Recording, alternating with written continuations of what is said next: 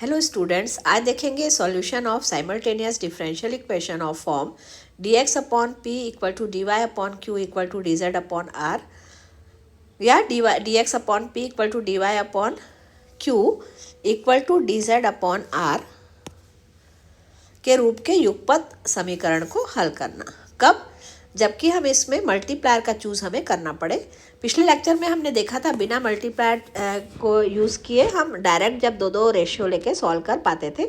आज देखेंगे कि अगर डायरेक्ट रेशियो लेके हम सॉल्व नहीं कर पा रहे तो मल्टीप्लायर को कैसे हम चूज़ करेंगे और सॉल्व करेंगे। तो शुरू करते हैं। हमारा इक्वेशन है, सॉल्व करने के लिए हमको दिया गया सॉल्व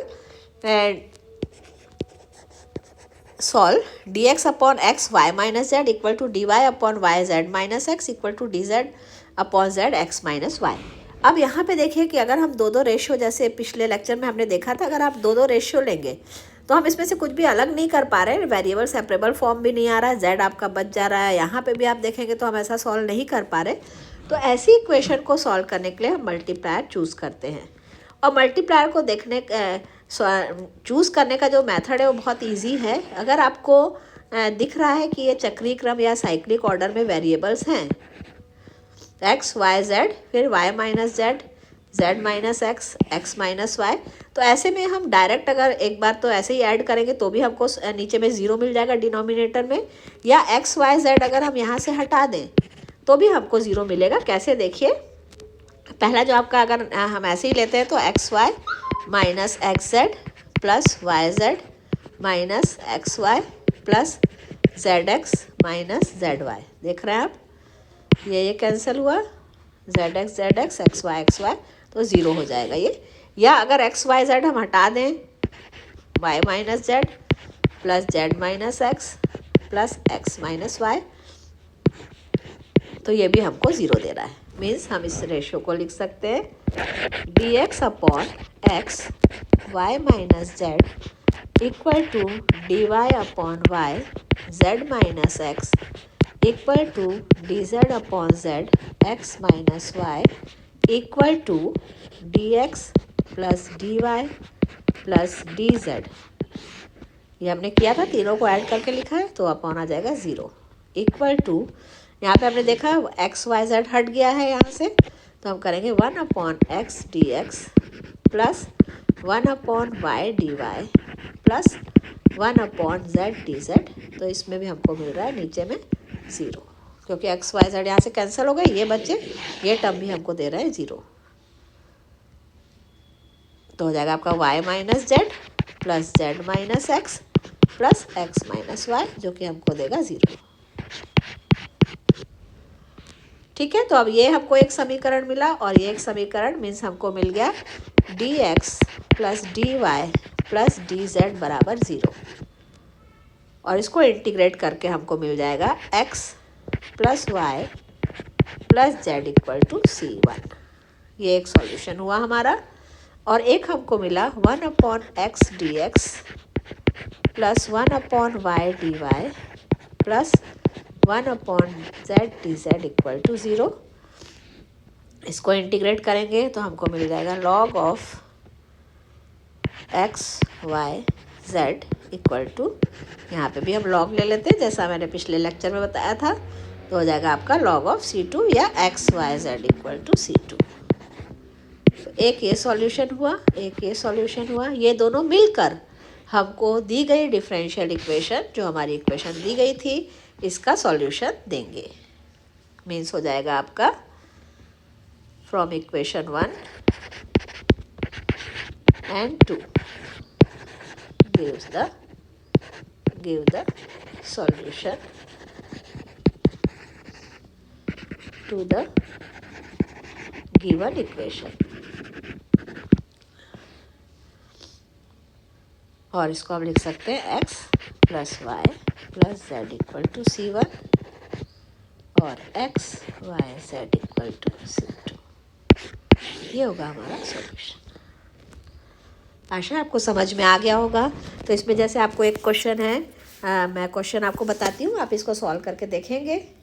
क्वेश्चन है हमारा dx upon m z minus n y equal to dy upon n x minus l z equal to d z upon l y minus m x.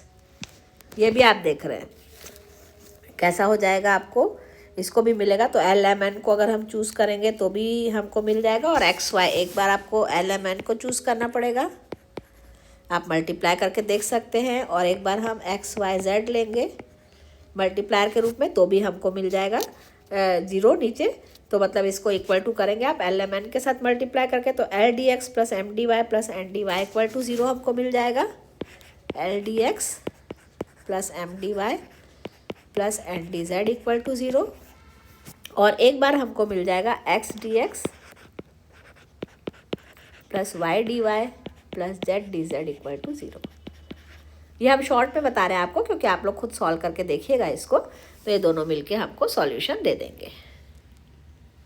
अब एक क्वेश्चन देखते हैं जिसमें कि हम कांस्टेंट वैल्यू भी हम बता रहे थे कि पी क्यू आर जो है वो कांस्टेंट भी हो सकते हैं। तो एक क्वेश्चन देखते हैं इस पे base, d x upon one equal to d y upon minus two equal to d z upon 3x square sine of y plus 2x। ये क्वेश्चन दिया है। ऐसा जब भी क्वेश्चन दिया जाता है तो जो जहाँ पे वैल्यू पी क्यू आर की कांस्टेंट है उस रेशियो को सॉल्व करने से हमको ज़रूर थर्ड रेशियो में कोई वैल्यू रखने को मिलता है। मोस्टली ऐसा क्वेश्चन आपको आता है। तो यहाँ पे जब देखेंगे फर्स्ट टू रेशियो से,